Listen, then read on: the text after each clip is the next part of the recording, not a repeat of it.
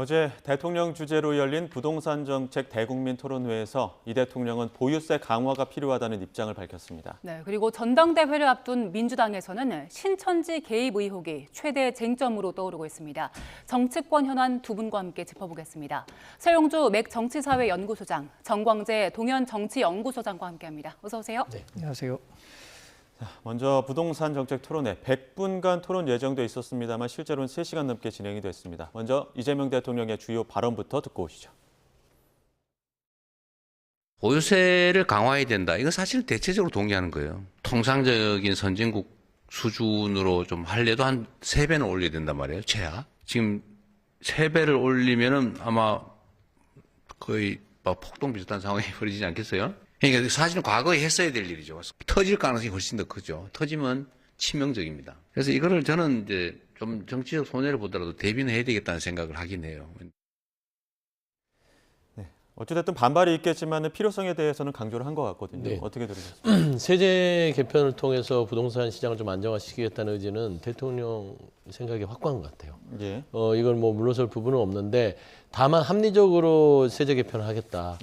보유세 부분들을 OECD 수준에 맞게끔 끌어가고 대신 거래소 중심인 이 대한민국의 부동산 시장을 좀 낮추겠다. 예. 그러니까 이제 무조건 다 세금을 높인다는 얘기는 아니에요. 맞춤형으로 그것도 차등을 둬서 네. 보유세도 이제 이렇게 세금을 부과하겠다는 것이라서 일단은 좀 디테일한 이 세금 정책은 좀 지켜봐야 될 것 같은데 다만 일괄적으로 모든 세금을 부동산 시장에 이렇게 폭탄을 투척해서 예. 뭐 시장을 안정화시키겠다 이런 뭐는 맹탕 정책은 아니다. 예. 그래서 저는 현실적으로 지금 시장에서 요구하는 세금 정책 그리고 거래의 원활성을 줄 수 있는 어떤 세제에 대한 개편 이런 요구들에 대해서 저는 어저께 대통령께서 정해진 시간보다 한 3배 예. 가까이 얘기를 하신 거 보면 고민이 많은 것 같아요.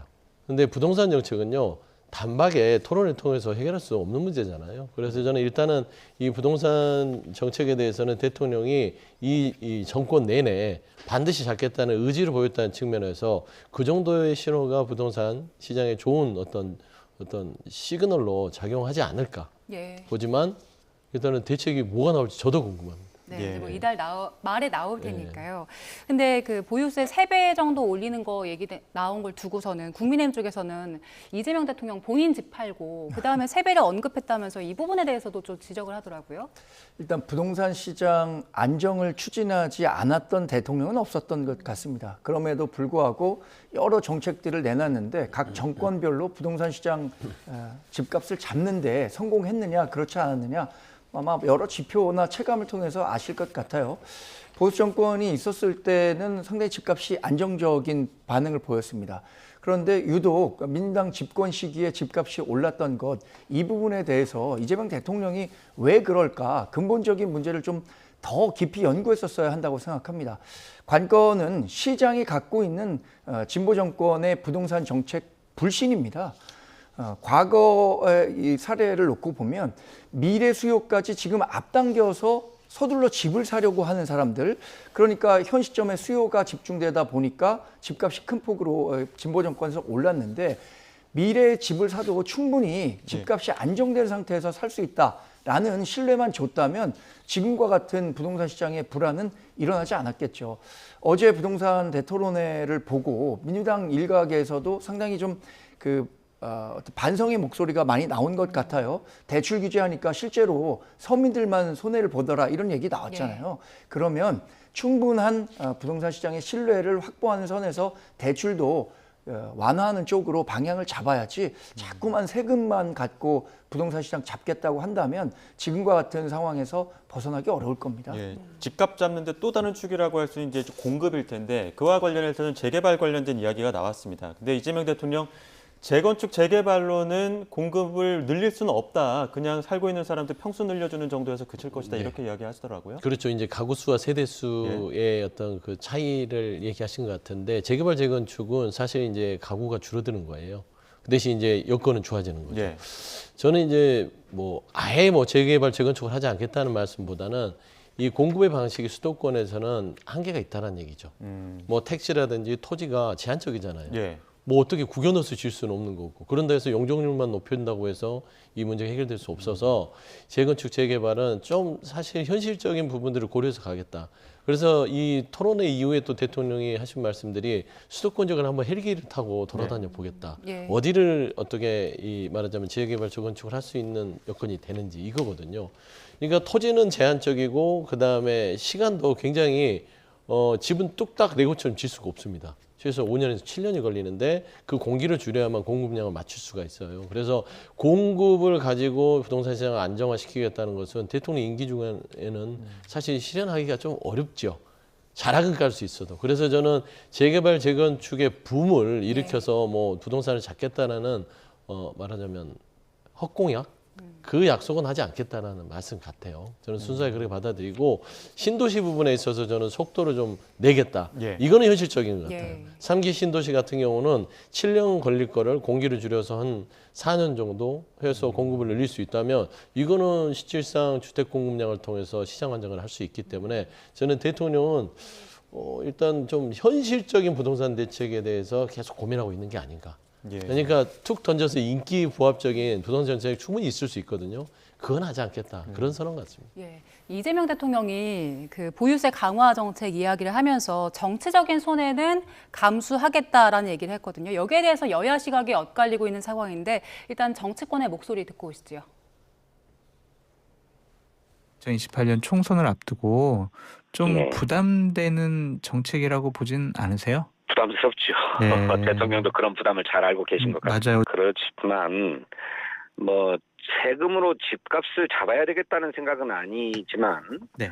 또 어떻게 설계하느냐에 따라서는 집값에 영향도 있을 겁니다. 도세의 형평성 또 공정성을 제고한다는 차원에서 부동산 세제를 전면 검토할 필요가 있다고 생각하고 어제 한마디가 딱 꽂으라면요.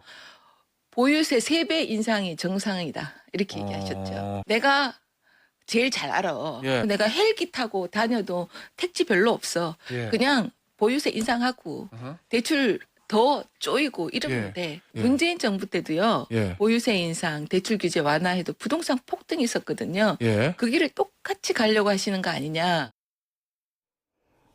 네. 사실 세제 개편 관련해서는 이제 국회 협조가 필요한 사안이잖아요. 국민의힘 쪽에서도 오늘 그 부동산 정책 정상화 토론회도 연다고 하는데 앞으로 부동산 관련해서 국민의힘과 어떻게 협조를 해나갈 수 있을까요?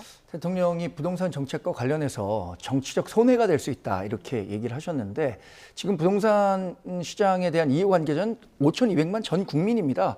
그렇기 때문에 이 위기를 잘 극복할 수 있다면 정치적 손해가 아니라 정치적 이익으로 가져갈 수도 있다고 생각하거든요. 그런데 지금 시장에서 전혀 작동하지 않는 세금 문제만 건드리려고 하다 보니까 정치적 손해가 예상된다 이렇게 말씀을 하시는 것 같아요. 이 보유세와 관련해서 3배 인상해야 된다. 실제로 우리 사회에는 집 한 채가 전 재산인 사람들도 굉장히 많습니다.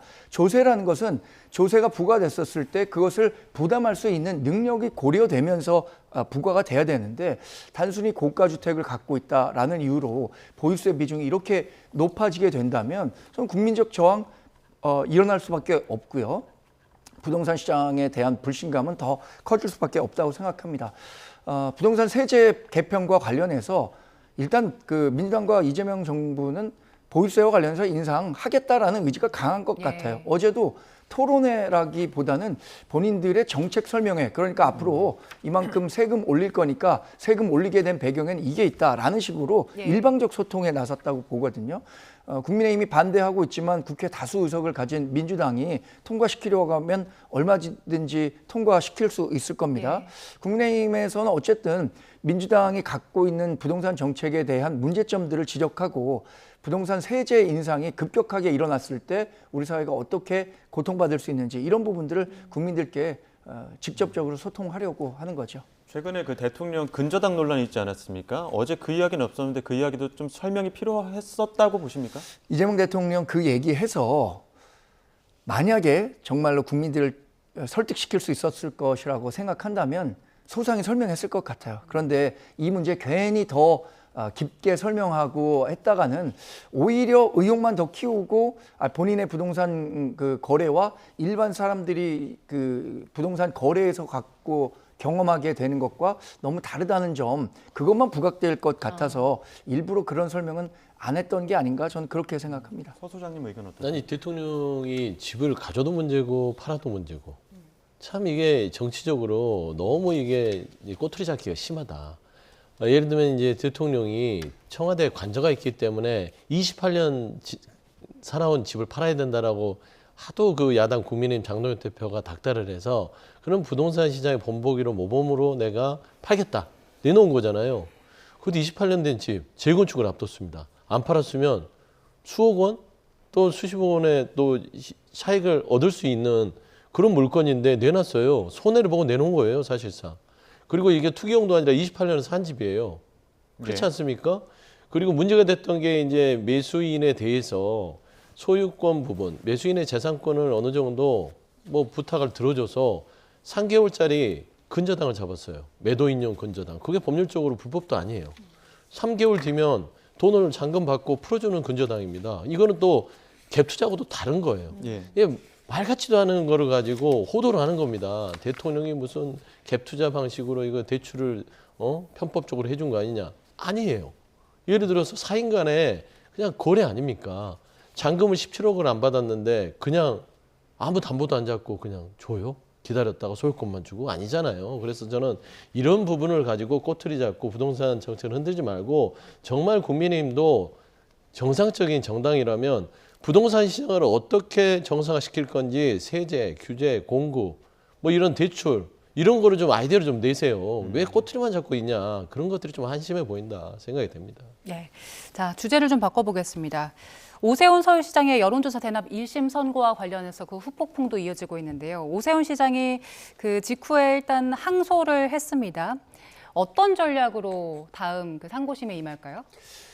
일단 그 벌금 1심에서 1,000만 예. 원이 나왔잖아요. 2심에서 벌금 규모를 낮춘다고 하더라도 그게 100만 원 이하로 갈 가능성을 상당히 법조계에서는 어렵게 보는 예. 것 같아요. 그러면 현실적으로는 올와 나싱의 게임이 될 것 같습니다. 아예 무죄를 받거나 해야 되는데 아예 무죄를 받기 위해서는 어쨌든 명태균 씨의 일방적 진술을 판사가 받아들여서 1심에서는 벌금 10만 원을 선고했지만 명태균 씨의 진술 일관성과 관련해서 계속해서 문제 제기를 할 수밖에 없다고 생각하고요. 또 판사별로 전 성향이 굉장히 많이 다를 수도 있다고 생각합니다. 이재명 대통령 같은 경우에도 2024년 11월인가요? 선거법 허위 사실 공표와 관련해서 1심에서 중형을 선고받았지만 2심에서는 또 무죄를 받은 전례도 있습니다. 물론 대법원에서는 다시 유죄 취지의 파기환송이 있었지만 그래서 오세훈 시장 같은 경우에는 명태균 씨의 진실의 신빙성 이런 부분들을 계속해서 판사에게 부각해야 할 것 같고요. 김한정 씨가 결국에는 명태균 씨에게 돈을 보낸 사실은 다 인정이 되고 있는 거잖아요.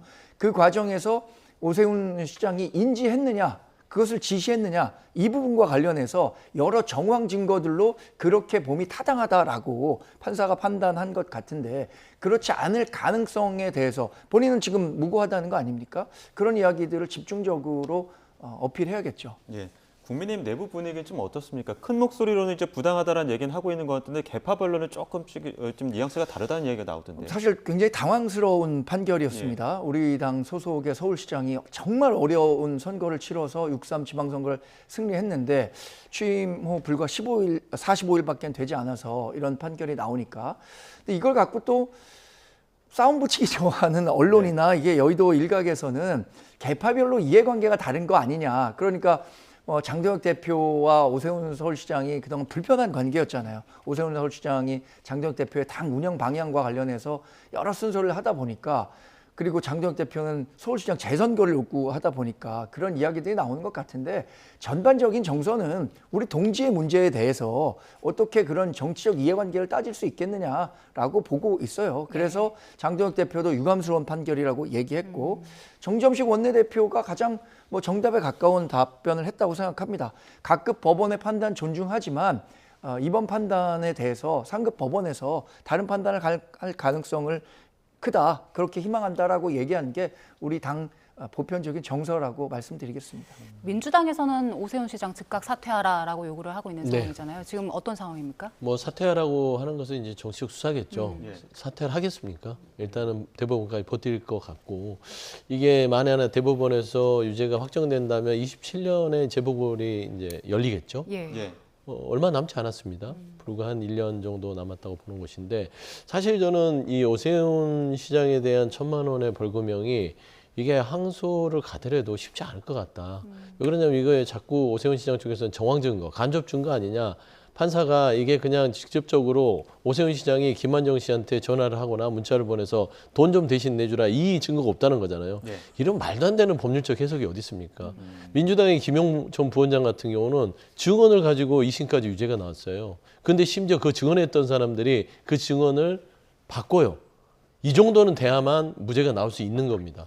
그러면 결국에는 오세훈 시장이 항소심에서 다툴 수 있는 부분들은 판사가 이런 간접 증거들을 아예 무죄 취지로 생각한다거나 두 번째는 명태균 씨가 진술을 바꾸면 돼요. 예. 그러면은 무죄가 나올 가능성이 있으나 그럴 가능성은 희박하기 때문에 저는 항소심에서 100만 원 이상이 나올 것으로 보이고 있고 일단은 오세훈 서울시장을 서울 시민들이 선택을 하시긴 하셨죠. 예. 그때 이 정원호 후보 측 특히 민주당에서도 오세훈 서울시장이 이런 사법적 리스크가 분명히 존재한다. 시장이 되더라도 이게 당선 무용이 될 수 있으니 잘 선택해달라고 호소를 했는데 좀 돌이켜보면 그때 민주당에서 조금 서울시장 선거의 캠페인 자체를 이 부분을 좀 집중해서 했었다면 이 좀 당락에 영향이 있지 않았었을까. 그리고 결과론적이지만 이게 서울시정이 불안하게 돼버렸잖아요. 예. 또 재보궐을 해야 되니까. 물론 이제 장동혁 대표는 재선거를 하겠다고 했지만 그거와 무관하게 현실적으로 27년에 또 다시 서울시장을 선택해야 되는 번거로움을 시민들한테 줬다는 점에서 예. 저는 민주당에서는 그런 책임을 가지고 사퇴하라고 주장하는 것 같다로 좀 마무리하고 싶습니다. 예, 앞서 정 소장님도 말씀을 해주셨습니다만은 오세훈 시장의 판결을 두고 지금 국민의힘 그 장동혁 대표에게 어떤 영향을 미칠지도 관심이 많습니다. 김재원 최고위원의 이야기를 준비했습니다. 들어보시죠. 서울시장으로서는 5선의 그 위협을 달성한 시장이거든요. 이런 정치 지도자로서의 위상이나 역할은 전혀 변함이 없으리라고 생각을 합니다. 근데 뭐 그 오세훈 시장의 판결과 당 지도부의 거취 문제는 좀 별개라고 생각합니다. 또 최근에는 정점식 원내대표께서 의원들을 다각적으로 만나서 의견을 물어보면 대체로 시간을 주자, 당장 끌어내리는 것은 지금 시기가 아니다, 이런 여론이 많다고 하거든요. 네. 그만큼 그런 상황이기 때문에 오세훈 시장의 판결에 의해서 장동혁 대표의 뭐 리더십이 회복되거나 또는 반대로 그 낮아지거나 하는 그런 상황은 아니라고 보고요. 앞서 장동혁 대표와의 어떤 관계, 영향에 대해서 말씀을 해주셨는데 한동훈 의원과의 그 운신의 폭은 좀 어떻게 바뀌게 될까요? 한동훈 의원과 오세훈 서울시장 같은 경우에는 정치적인 지향점이 거의 비슷하다고 봐야 할 것 같습니다. 예. 국민의힘이 너무 오른쪽으로 가 있으니까 중도 외연 확장을 통해서 과거처럼 정말 원내 1정당이 되고 정권을 재창출할 수 있는 길을 함께 모색하는 그런 정치적 목소리를 낼 수 있는 동지관계라고 생각하는데 한동훈 의원이 SNS 메시지 즉각 냈었잖아요. 예. 이게 추단에 의한 판결이었었던 만큼 바로 잡히길 바란다고 했습니다. 저는 두 분이 경쟁 관계인데 건전한 경쟁 관계거든요. 그런데 라이벌이라는 거 있잖아요. 운동 경기든 정치적인 상황에서든 라이벌의 존재는 좋은 겁니다. 예. 라이벌이 있기 때문에 본인도 더 열심히 할 수 있는 계기가 되는 거거든요. 그런 측면에서 오세훈 서울시장이 이 대법원 판결이 확정돼서 피선거권이 박탈되는 경우가 발생한다면 한동훈 의원에게도 그렇게 좋은 일은 아닐 것 같아요. 네. 또 하나는 이런 그 오세훈 시장의 정치적 빈자리가 생기게 되면 민주당의 정치적 공세는 한동훈 의원에게 대거 집중되지 않겠습니까? 그런 측면에서 하여튼 오세훈 서울시장이 2심 또 대법원 판결에서 좋은 결과를 갖고 국민의힘이 정말로 사랑받는 정당이 되는데 공헌할 수 있는 그런 기회가 주어졌으면 좋겠다는 생각입니다. 예. 그런데 또 친한계 쪽 인사 그 언론 인터뷰를 보면은 오 시장 1심 선고로 한동훈 의원이 반사 이익을 볼 것이다 뭐 이런 이야기도 나오고 있어서 참 정치라는 게 미묘한 것 같은데 앞서 그 장동혁 대표 얘기도 나왔었는데 장동혁 대표는 그 선거 때 오 시장과 약간의 대립구도 같은 것들이 좀 형성되기도 했었잖아요. 그래서 이게 오히려 장동혁 대표 지금 좀 존재감이 부각되고 있는 상황인 것 같다라는 이야기들도 나오더라고요. 어떻게 보세요? 그러니까 장동혁 대표가 운이 좋아요. 정말 정치를 좁쌀처럼 하긴 하는데 오세훈 시장이 본인 사퇴하라고 했다고 그거를 끝까지 물고 늘어져서 재선거를 서울시만은 본인이 직접 소청을 하겠다라고 하면서 반격을 합니다. 그러게 좀 갈등 구조를 겪던 차에 오세훈 서울시장이 지금 뭐 일격을 맞았잖아요. 상실형을 이렇게 정치적으로 당했다는 것은 향후에 이게 확정이 되면 정치자금법 5년 동안 묶여 있는 겁니다. 정치를 못해요. 피선거 박탈. 그러면 장동혁 대표 입장에서는 본인이 생각하고 있던 당내의 잠재적인 대선 후보 중에 한 명이 일단은 사라집니다. 그러면은 한동훈 의원만 사실상 블로킹을 하면 본인이 당내에서 자기가 바라는 대로 쭉 정치적인 입지를 공고히 할 수 있다는 측면에서는 뭐 속으로 쾌재를 부르고 있지 않을까라는 개인적인 판단이나 사실 장동혁 대표는 지금 그냥 껍데기만 있는 상황 같아요. 국민의힘에서 장동혁 대표를 대표로 인정하는 사람이 얼마나 되는지 그리고 실질적으로 원내에서 활동하는 모습을 우리가 보기 쉽지 않잖아요. 늘 바깥에서 겉돌고 있잖아요.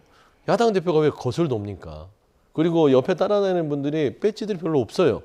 그냥 최고위원 중에 그 본인의 어떤 강성의 윤호계인이나 부정선거를 동조하는 사람들만 있기 때문에 사실 저는 그냥 연명할 수 있는 여건은 됐으나 정치적으로 득실은 크게 없을 것 같아요. 왜냐하면 한동훈 의원 자체가 이제 존재감이 반사 이익을 얻어서 오세훈 시장이 사라지면서 부각되잖아요. 그럼 한동훈 의원이 세진다는 건 장동혁 대표에게는 또 불안감을 키울 수 있기 때문에 이 함수 관계를 한번 잘 살펴보면서 어떻게 당내에서 장동혁 대표가 자리를 잡는지 한동훈 의원이 어떻게 그 빈자리를 파고드는지 관전 포인트는 그곳에 있을 것 같습니다. 그 관전 포인트라고 할 수 있는 게 지금 선관위의 투표율 통계 조작 관련해서 압수수색 오늘도 지금 하고 있지 않습니까? 이와 관련해서 지금 장동혁 대표가 오늘 아침에 특검 추진도 병행해야 하고 또 서버 수사 반드시 해야 된다. 그리고 27일 날 선관위 선거수청심리에서 직접 구도 변론할 테니까 중계 허용해달라 이렇게 목소리를 더욱더 높이고 있거든요. 이 움직임은 어떻게 보십니까?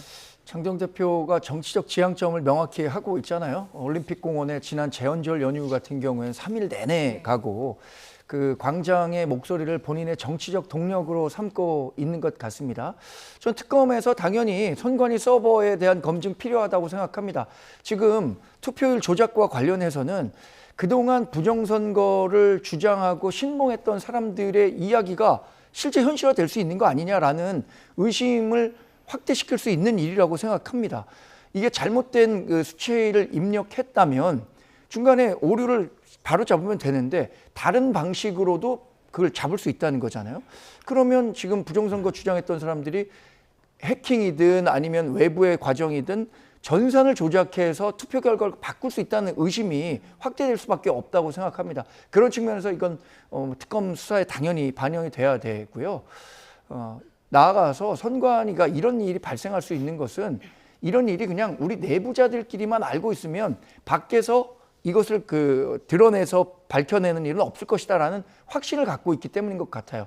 지난해 헌법재판소가 선관위는 헌법기관이기 때문에 감사할 수 없다라고 하니까 그런 자신감이 더 붙은 것 같은데 이런 문제가 이제 불거진 만큼 저는 정말로 여야가 개헌을 통해서라도 선관위 개혁 조치 만들어야 하고 선관위를 투명하게 감시할 수 있는 제도적 장치를 마련해야지 이렇게 뭐 자꾸만 선관위에 대해서 이게 이런 문제가 하나하나 발생했을 때 뭐 납땜식으로 지나가는 일 그런 일은 없어야겠죠. 어제 결정이 났는데요. 일단 김민석, 송영길, 정청래 3파전으로 정리가 됐습니다. 예상하셨던 바죠?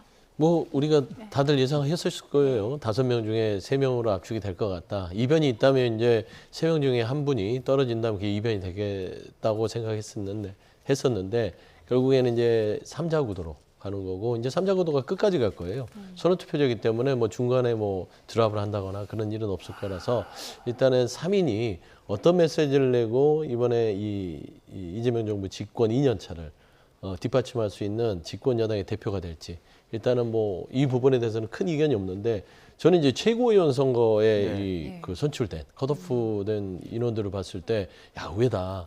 저는 다른 게 의외가 아니라 뭐 친청계, 친송계, 친석계 나눠서의 의외가 아니라 여성 후보들이 다 올라왔어요. 이거는 사실 조금 분석의 필요성이 있다라고 봐서 좀 들여다봤는데 결국엔 친청계 3명 중에 최민희 의원을 대적할 친송, 친석, 그러니까 친명계 이 여성 최고위원들이 없을까 했는데 보면 서미아 의원과 임미애 의원이 둘 다 올라왔습니다. 이렇게 봤을 때는 저는 최민희 의원이 친청계 내에서도 별로 그렇게 호불호가 있구나 라고 생각이 들었던 게 표가 좀 이게 분산된 거 아닌가 싶어요. 전체 합산을 봤을 때 어제 중앙위원들이 88% 정도의 이제 투표를 했고 권리당원은 한 6, 7% 정도 이제 투표를 했단 말이에요. 그러면 굉장히 강성, 그다음에 정치 고관여층들이 어제 투표를 했는데 사실상 최민희 의원으로 몰표가 갔다면 서미아 임미애 의원 중에 한 분은 떨어졌어야 돼요. 근데 두 분 다 올라갔다는 것은 최민희 의원에 대해서 그만큼 전체적으로 당원과 중앙위원들의 견제 심리가 있다. 라고 이제 분석이 되는 것이죠. 그래서 저는 이 여성 이 최고위원 후보들의 최고위원 8명 중에 각 축천이 우리가 또 주목할 대상인 것 같고 아쉬운 부분들은 청년 최고들이 한 분도 못 들어갔습니다. 그러니까 결국에는 친청계가 청년 최고위원의 어떤 리그를 반대하면서 그냥 무산이 돼버렸던 게 너무 아쉽고 민주당이 청년의 목소리를 들을 수 없는 사실이 돼버렸다 전당대회가. 이건 정말 우리가 반성할 대목이다. 정말 나중에라도 이게 지명직으로 청년 해주는 게 아니라 중요한 건 전당대회를 통해서 청년들이 나가서 청년의 목소리를 내야만 또 국민들도 쳐다볼 거 아닙니까? 근데 그 목소리가 없는 걸 어떻게 하겠어요? 그래서 저는 그런 부분들도 이제 개선할 대목. 그다음에 공소 취소를 주장했던 분들이 다 떨어졌어요. 진성준 후보나 그러니까 박성준, 이건태 이 두 분이 공소 취소를 주도하면서 조금 나름대로 개혁적인 어떤 주장들을 했는데 이분들이 이제 좀 선택을 받지 못했다는 부분들도 조금은 의외였다라는 것들. 그리고 김용부 원장, 사실상 보면 다 배지인데 배지가 아닌 분이 유일하게 들어가 있죠. 이재명 대통령의 아주 분신 같은 사람이라고 판단에 대해서 그런 뭐 호재도 있었겠지만. 평당원의 대변인이라는 어떤 그런 슬로건 자체가 먹힌 게 아닌가. 그래서 좀 그런 대목들이 좀 어제의 최고위원 그 컷오프에 좀 주목할 부분이었다 그런 말씀드립니다. 전반적으로 쭉 짚어주셨는데 특히나 앞서 뭐 최민희 의원이 좀 표를 좀 덜 받아서 분산된 거 아니냐라는 분석도 해주셨습니다만 이른바 생일 투표를 하면서 친청계가 다 올라간 거 아니냐 이런 또 분석들도 나와서요. 당대표 3명 후보로 확정된 분들은 너무나 당연한 결과고요. 정말로 이 최고위원 후보 14명에서 8명으로 줄어드는 과정에서 어떤 후보들이 떨어질까 그게 제일 관심이었잖아요.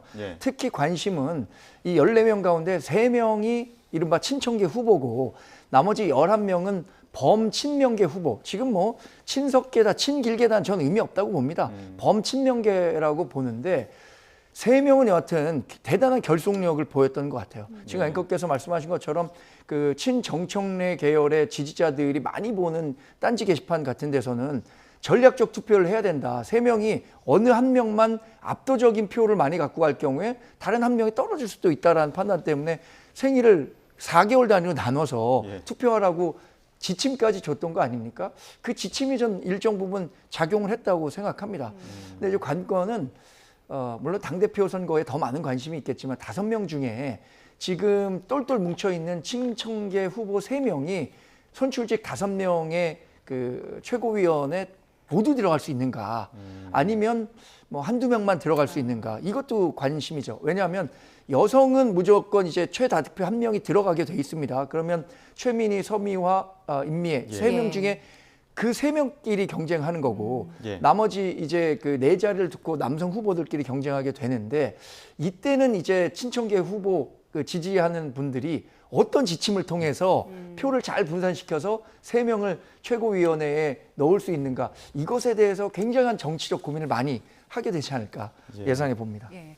이번 그 경선 과정 거치면서 정청래 후보와 관련해서 신천지 개입설 개입 의혹이 제기되기도 했잖아요. 네. 김민석 후보 같은 경우에 이거 구체적인 근거는 예비 경선 끝나면은 공개를 하겠다라고 했는데 이제 그러면은 밝히는 겁니까? 밝혀야겠죠. 이게 이제 모든 국민들한테 이야기를 한 거라서 이걸 안 밝히게 되면 김이 확 빠지고 신뢰도가 떨어질 거 아닙니까? 다만 이제 김민석 후보가 정청래 후보라고 꼭 집어서 얘기한 건 아닌 것 예. 같아요. 그러니까 신천지가 민주당의 여러 가지 선거에 개입한 부분들을 내가 알게 됐다. 거기에 대한 근거도 있고 이러한 것들이 구체적으로 있어서 굉장히 우려스럽다 이런 얘기예요. 근데 이제 정청래 후보라고 이제 그 우리가 이제 말하자면 추측이 되는 것들이 최근에 신천지 행사 가는 부분들의 지적들을 많이 했어요. 예. 예. 그러면은 신천지는 아무래도 정청래 후보하고 관련이 있나 보다. 그렇게 생각하고 있었는데 정청래 후보 측에서 발끈하고 나선 거죠. 그러니까 관련이 있나 보구나. 왜냐하면 나는 아니야라고 하는 게 지칭을 안 했는데 나는 아니야라고 하면서 법적 조치를 하겠다고 하니까 신천지, 뭐 JMS, 정청래 이런 식의 어떤 흐름 자체가 뭐가 있나 들여다보게 되는 거죠. 그래서 저는 김민석 후보가 이 신천지에 대해서 이 관련성의 근거를 제시를 하면 이게 선거에는 좀 뭐 재미 요소는 될 수 있지만 저는 당에는 도움이 안 될 것 같아요. 예. 왜냐면 끝나고 나면 이 신천지 부분은 수사의 대상입니다. 단순히 이중당정 문제를 해결하는 것들은 제도적인 어떤 개선을 해야 되지만 신천지는 이 종교 원칙의 분리를 어겨서 국민의힘도 지금 말하자면 당사 압수수색을 당하고 했던 예. 사안이에요. 그럼 민주당도 그 대상이 된다면 그렇게 되는 거예요. 다만 2021년도에 신천지 개입설이 한번 나온 적이 있죠. 이낙연, 이재명 당시 대선 후보들 중에 1, 2차의 어떤 이 여론조사의 흐름을 뒤집어서 3차 때 확 이낙연 후보 측이 많은 어떤 그 득표를 했던 그런 여론조사 수치가 나오는데 이때 신천지가 들어간 게 아니야라는 그때 이야기가 나온 적이 있어요. 예. 아마 저는 그 근거들을 지금 제시하지 않을까 싶은데 좀 진흙탕으로 빠지지만 않으면 좋겠다. 예. 그런 말씀드립니다. 알겠습니다. 여기까지 듣도록 하겠습니다. 지금까지 서용주 맥 정치사회연구소장, 정광재 동현정치연구소장 두 분과 함께했습니다. 고맙습니다. 고맙습니다.